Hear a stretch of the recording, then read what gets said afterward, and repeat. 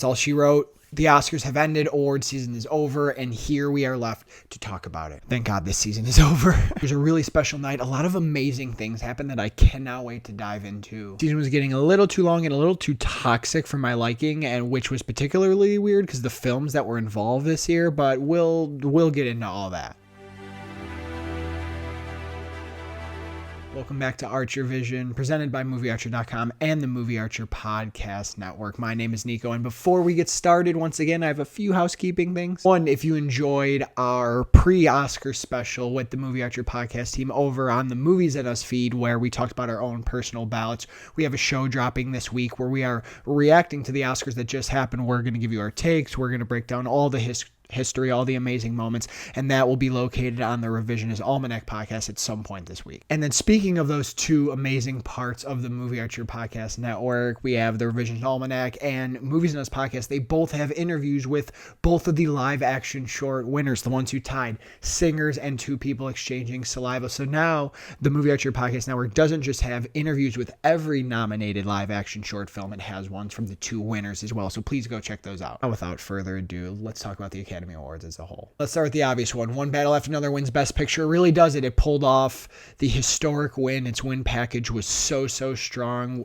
People like me were still thinking Sinners could sort of steal it at the end. It had so much momentum, and we see the momentum was really there, just not enough for people to give it the top prize in Best Picture, and that's okay. I think One Battle is a very worthy win. I love this moment for Paul Thomas Anderson. He takes director and adapted screenplay as well. This is one of those years like Nolan where it's time to give someone an Oscar. The movie is good enough for it. I think One Battle is worthy of it, but let's be honest, we are giving this to PTA for his entire career. He's made so many masterpieces over the years. He should have won several Oscars prior to last night, so I am glad that the moment was finally his and that he has it and that he gets to party. It sounds like the guy really was looking to party after the Oscars. And the other half of me feels for Sinners, right? I think Sinners still had a really special night, a really big night, a couple big wins, a couple historic wins that we'll get into, but wow, it's like the strongest number 2 ever. In a different year, it would have won more Oscars, including Best Picture. Coogler could have got up there for director. So it was unfortunate that Sinners came at like PTA's career moment, but it made for one heck of a head-to-head for me. I think it is an all-time showdown that we will remember for a long time. Very interested at the debate that's going to form as we look back on this year as time passes, right? I think there's going to be a very popular take that Sinners should have won and that we should have just done it. We should have let PTA have his director moment and give Coogler the picture moment instead of like just the original screenplay moment. I can see that. I could see a lot of One Battle defenders, which is going to be fair. I think it's going to be an interesting debate where like you can't go wrong. I think there's more vitriol for something like Saving Private Ryan and Shakespeare in Love or The King's Speech and The Social Network. I think this one you'll look back and people will be like, but I really loved One Battle, or yeah, it would have been cool to give it to Sinners, but you know, like One Battle is still really good too. Do you think Sinners is going to have a little more staying power though? And what I mean by that is I think the take that it should have won is going to be the bigger take, and I think we're going to keep looking back at the 16 nominations, which was really the win for Sinners, because that history is not going to be taken away. It's going to be really hard to top. I mean, if you think about it, I know they added casting. They're adding stunts next year, I believe, so there's another extra category, but if Sinners had that this year, I think Sinners could have got 17. So a lot of films are going to be chasing Sinners forever now, and I think it's going to be a long time before a movie even gets close. You would need a movie to come out and get everything that Sinners got, and then you would need it to show up where Sinners didn't. So actress, if there's the stunt category, if it's an international feature movie, but international features don't always get as many actors in, so people are going to revisit that film a little bit more than One Battle After Another. It feels like Coogler's biggest moment, and as time goes on, I think people are going to realize or think that, you know, maybe One Battle was a very good PTA movie, but wow, so many of his other ones were so good that, okay, it was more of a let's just give it to him in the moment, and maybe we should have done it for something like Sinners. I don't know. I would love to know your thoughts on that. So One Battle wins 6. We throw in editing in there and casting as well. That was a pretty big surprise. A lot of people thought that was going to Sinners, but when that sort of switch happened, it made it clear that not only was One Battle winning Best Picture, but it seemed like the selling point was the chase and finish Infinity of it all. I think of the breakout young stars between Miles Kate and Chase Infinity. It seems like Infinity had a little bit of the edge, probably giving her a lot of credit for being able to hold her own with a DiCaprio, with a Sean Penn, with a Regina Hall, right? So it makes sense to me. A very, very cool win, and her speech was really fun. The casting director was really, really fun. So that rounds out what One Battle got that night. And then when we look at Sinners, it had 4. It had score. Ludwig Göransson, my God, 3 times in 7 or 8 years. Just a legend. Original screenplay, so Coogler got his moment. He puts the original screenplay for this concept. He got an amazing ovation. It was an amazing speech. So that was his moment, which was incredible.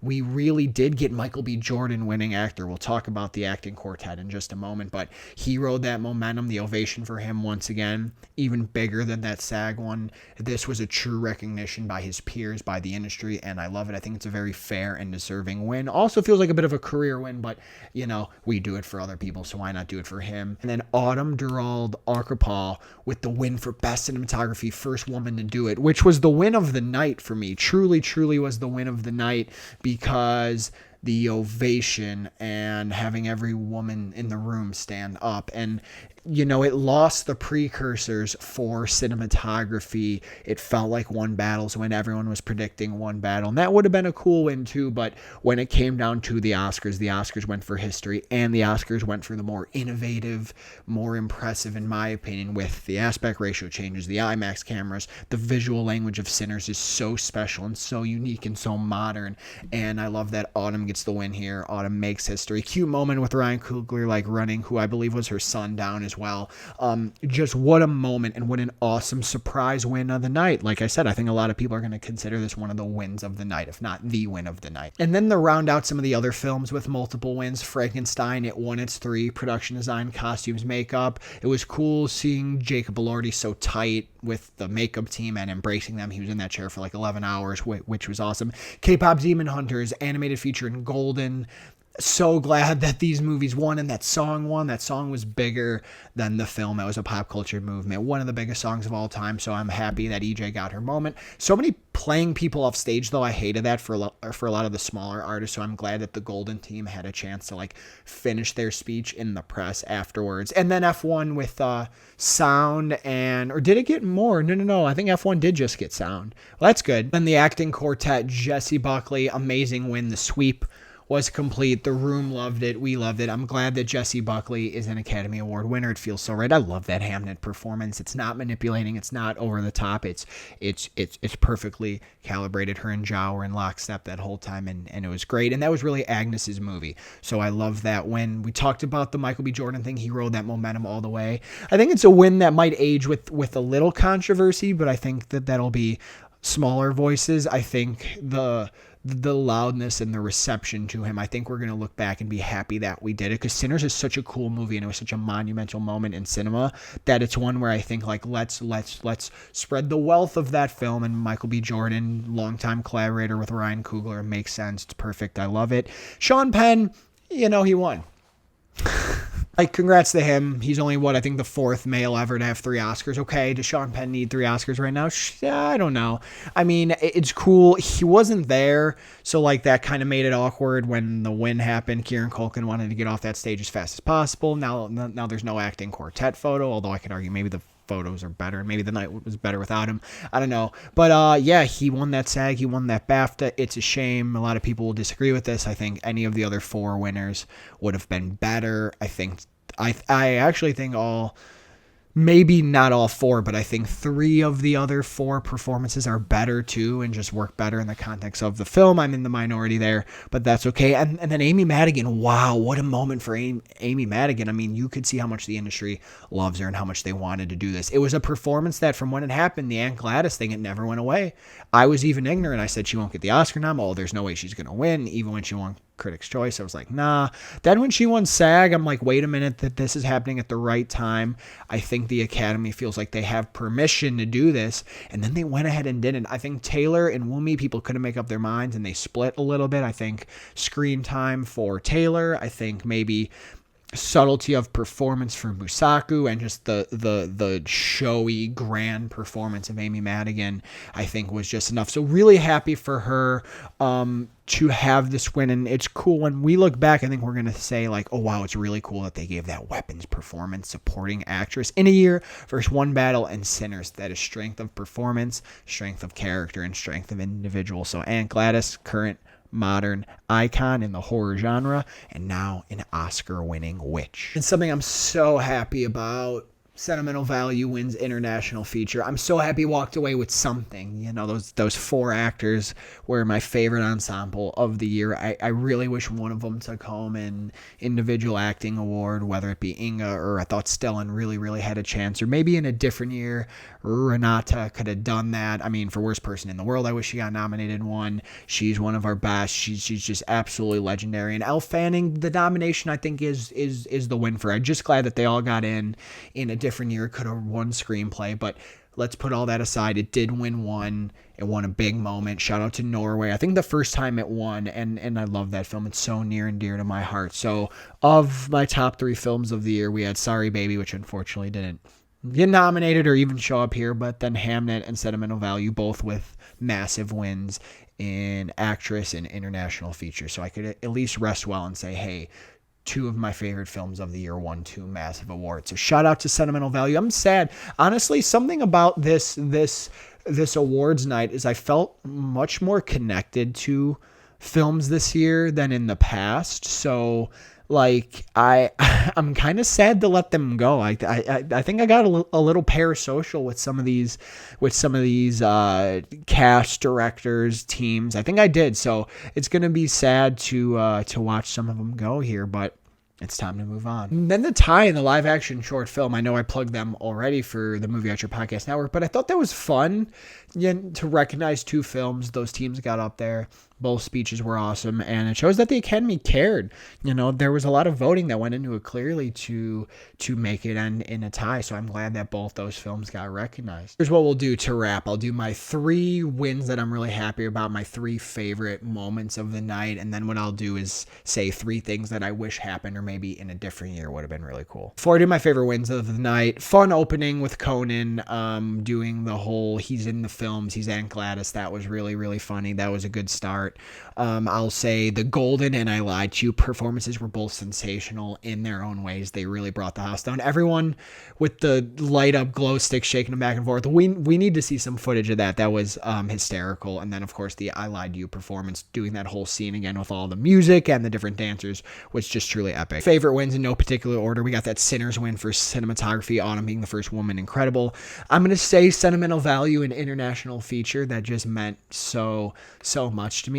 And then I am gonna say Golden for original song. I just think it's super cool that they did that, a K-pop song and a song that has meant so much to so many people. It's meant so much to me, so many people that I love and that are very dear to my heart. So what a cool moment to recognize. I know that last one might seem a little unserious to you, but of all the obvious wins, we knew some other things were going to happen. So I'm just trying to highlight like my personal 3. And 3 in a different year. Listen, Timmy, I love you, brother. It could have happened. You lost some steam.